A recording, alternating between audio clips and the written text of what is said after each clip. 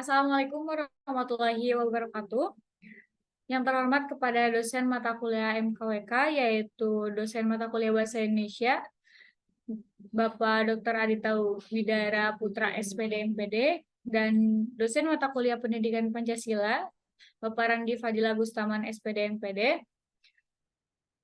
Sebelumnya, izinkan kami memperkenalkan diri. Kami dari kelompok 2 PJBL kelas C. Dengan saya selaku moderator, Amelia Andini, NPM 2376043. Saya Kemudian Talita Ramadhani Nur Aziza dengan NPM 237006061. Kemudian saya Ginanjar Aditya Priyanata dengan NPM 237006064. Halo, saya Muhammad Rizky dengan NPM 237006085.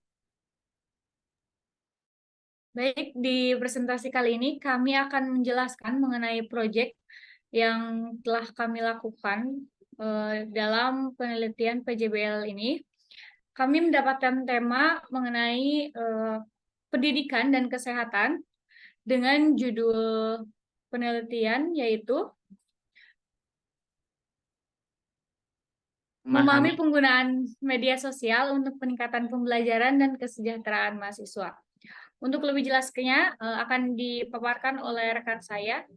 Waktu dan tempat dipersilahkan.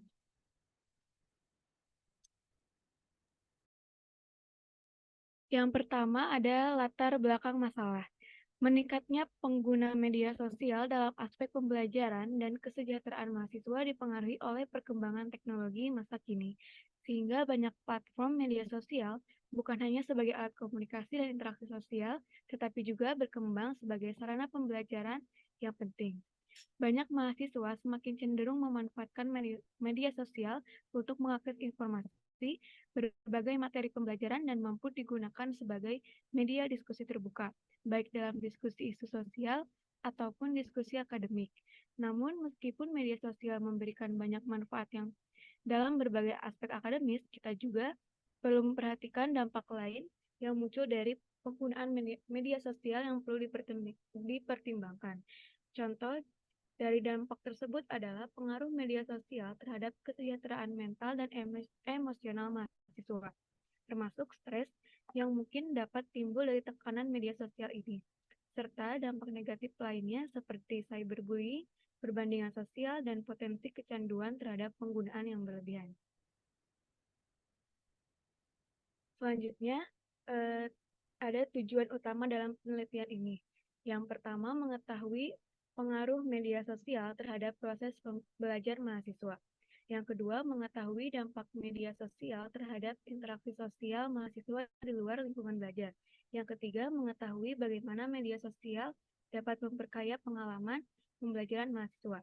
Yang terakhir, mengetahui imbas dan keberadaan media sosial terhadap motivasi belajar mahasiswa.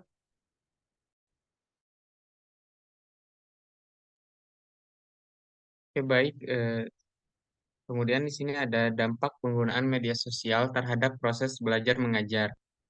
Jadi dalam era digital saat ini, media sosial telah menjadi bagian penting dari kehidupan sehari-hari, termasuk di perguruan tinggi atau universitas.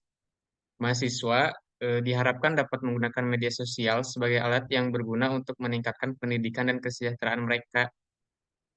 Platform seperti Facebook, Twitter, Instagram, dan LinkedIn diharapkan dapat membantu mahasiswa mengakses sumber daya akademik, berbagi pengetahuan, dan membangun jejaring yang bermanfaat.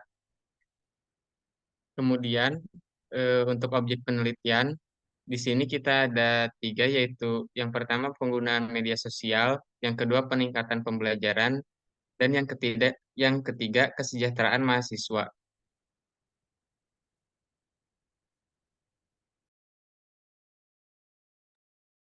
Lalu ada subjek penelitian. Subjek dalam penelitian ini berfokus kepada mahasiswa yang cenderung lebih aktif dalam penggunaan media sosial dalam berbagai kegiatan akademiknya. Untuk lebih spesifiknya, subjek dari penelitian ini adalah mahasiswa Universitas Siliwangi.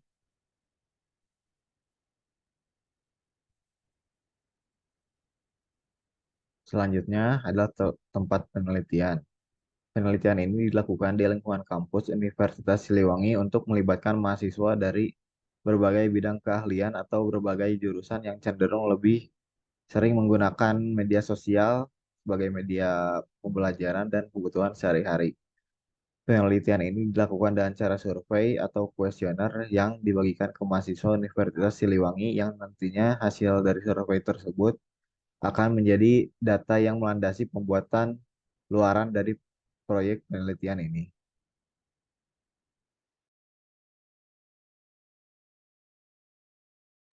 Selanjutnya itu waktu penelitian. Penelitian ini fokus pada pengumpulan data hasil survei dari mahasiswa mengenai penggunaan media sosial pada saat penelitian ini berlangsung.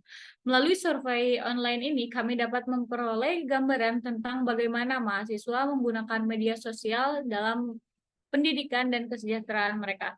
Jadi waktu penelitian yang kami buat adalah saat ini, di mana rentan waktunya itu saat ini hingga ke depannya, karena media sosial ini sedang marak dalam waktu dekat ini.